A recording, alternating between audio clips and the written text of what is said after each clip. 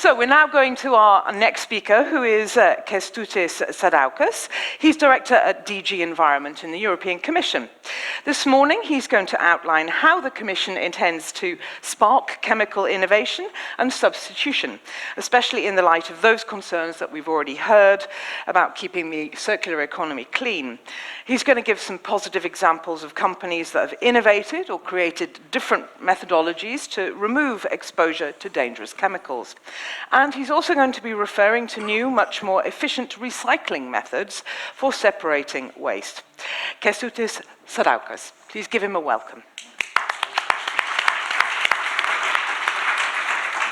Thank you, Amanda, and for the invitation to ChemSec, to this nice, groovy, I would say, place, which is very conducive to talking about doing things differently. And let me start with synonyms that I see here. When you talk about substitution, for me, it also means innovation, because innovation is really the gene of societal progress, and it's a non-stop process that drives the humankind forward, because it is also a foundation of business, of competition, and of competitiveness. And businesses which stop innovating, or which even do it slower, simply are doomed, at least in the market economy. And society which theoretically would slow down innovation would stagnate and implode. And that is only a theoretical presumption. Innovation also means different products, different service, different solutions. It means substitution with something that is newer and hopefully better, and it is in most cases better. Chemicals is no exception. If anything, it is an area where innovation and substitution has been happening for centuries, with or without push from the governments.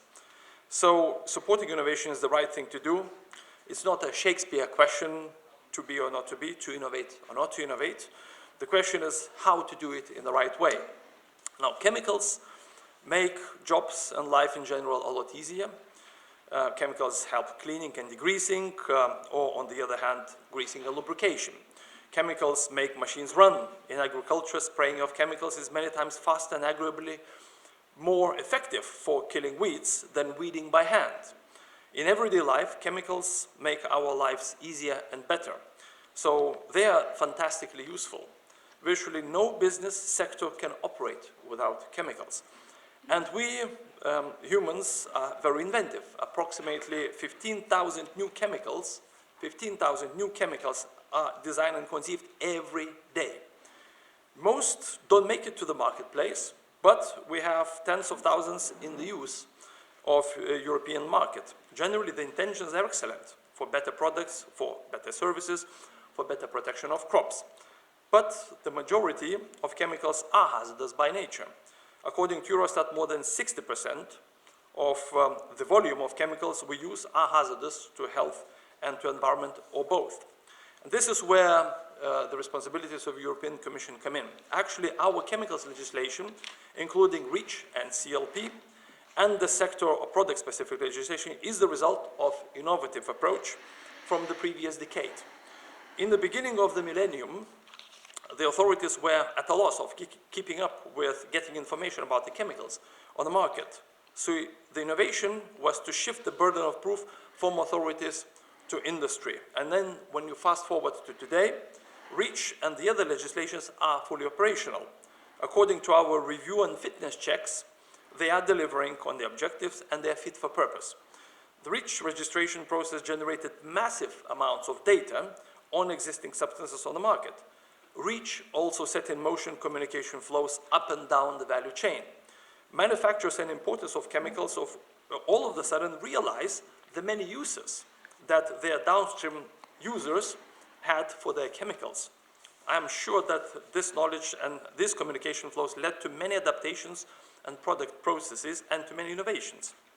Meanwhile, REACH also intends to identify substances of very high concern and aims to phase them out.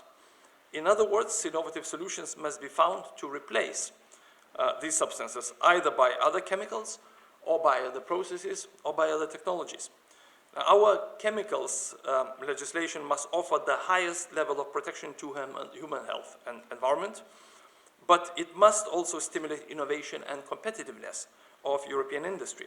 Innovation is a cross-cutting issue. We want to support innovation that is protective of human health and environment and provides sustainable solutions.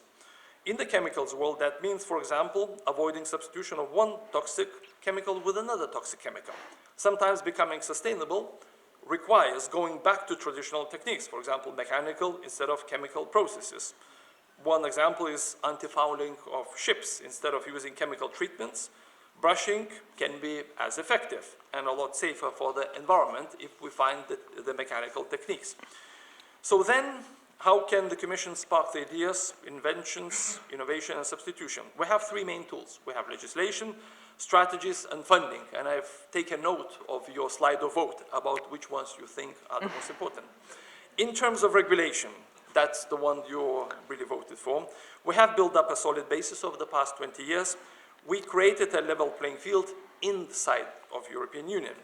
Under classification, labeling, and packaging regulation, there is an inventory for classification as reference for industry, and there is also harmonized classification decided by the Commission for most hazardous substances and mixtures. Under REACH, we have our well-known candidate list. Granted, it is not as extensive as the SIN list, but it serves the purpose. There are now more than 200 substances on the candidate list, signaling to the industry that they need to innovate to replace those substances in the coming years. We often hear that the authorization list only contains 43 substances, and that is true, and that the Commission grants authorizations to all those who ask for it, and we've heard that just today. However, what we do not know is how many companies have stopped using HVHCs and found innovative solutions, and have not needed to ask for an authorization. Or companies have requested and been given authorization, but with a shorter review period to allow alternatives to have access to the market. And that we know, and it's quite a number of the cases. We have an example from, for instance, chrome plating industry. This industry traditionally uses hexavalent chromium in its production processes. This chromium-6 is SVHC on the authorization list. Some chrome plating companies developed an innovative process that does not use hexavalent chromium while still delivering the same end product. Thanks to the existing alternative technology, the Commission was able to grant authorizations with shorter review periods, allowing the producers of the alternative to boost their access to the market. The second tool in our toolkit is strategies. Our most important strategies for the moment are circular economy and the plastic strategy. These two very recent strategies are already leading to innovations. We need to make the most of our limited resources. We need to be able to extract raw materials from waste products and host new challenges comes up. On the one hand, in waste material, we find legacy hazardous substances, including substances of very high concern, that are now restricted and are no longer used, and we have to deal with them. On the other hand, circular economy gives us the push to create non-toxic material and production cycles. We must use safe by design concept right from before a production process is started. A safe circular economy poses many challenges to waste handlers and manufacturers to secondary raw materials. However, I have no doubt that new methods will be discovered and developed. For example, for a long time it was thought that cotton and synthetic fabrics could not be separated. Billions of tons of waste textile material were lost for recycling. However, in recent years, a chemical method has been developed, meaning that the cotton and synthetics can be separated and both can be recycled for different uses. Chemical recycling is another promising example. Chemical recycling or feedstock recycling is a general term that is used for innovative technologies where post-consumer plastic waste is converted into valuable chemicals, such as virgin-like polymers, to be used again as a feedstock by the chemical industry in the future. And these technologies, they are still in a pilot phase in several plants across Europe, and hopefully they will come on the industrial stream rather soon. And yet the exact environmental and economic impacts still have to be assessed. So by regulation and strategies, the Commission can create conditions for innovation And we have one more tool, and that is funding. The European Commission research funds have been steadily increasing over the past 20 years. On the one hand, we have paid for much research of the hazardousness of chemicals, such as on endocrine disruptors. On the other hand, we have also heavily invested in the development of new innovative materials, notably nanomaterials, which have led to many environmental solutions, such as improving the generation of wind energy or improving water treatments. But how can we improve our three tools for safer chemicals, safer environment, and for the healthier people? Recently, as part of our fitness check on chemicals legislation, we have completed a study on innovation called the Chemicals Innovation Agenda and the Transition to Safer Chemicals and Technologies. A task force consisting of 11 proactive stakeholders, industry, retailers, and ChemSec contributed to this study, and some of the conclusions were presented at a high-level conference on Chemicals Policy 2030 that the Commission and Denmark organized in June. The starting point was to define a chemicals innovation agenda. This means the transition to chemicals that are safer for human health and for environment, and this is a prerequisite for global competitiveness, low carbon, resource efficient, sustainable Europe, as well as for the circular economy. Because despite our best intentions, many substitution efforts have not yet provided safer and high-performing and cost-effective alternatives. The substitution process turns out to be complex. If we are not careful, we indeed can end up with regrettable substitutions. The study found that a number of barriers in the marketplace have to be overcome to accelerate the development of green chemistry.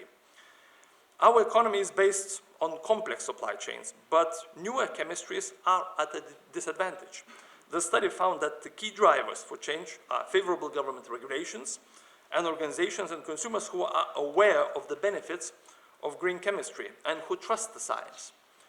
To speed up green chemistry, we improved information and knowledge sharing, enhanced supply chain collaborations and partnerships, education and training for the next generation of chemists, and a policy mix that de-risks innovation.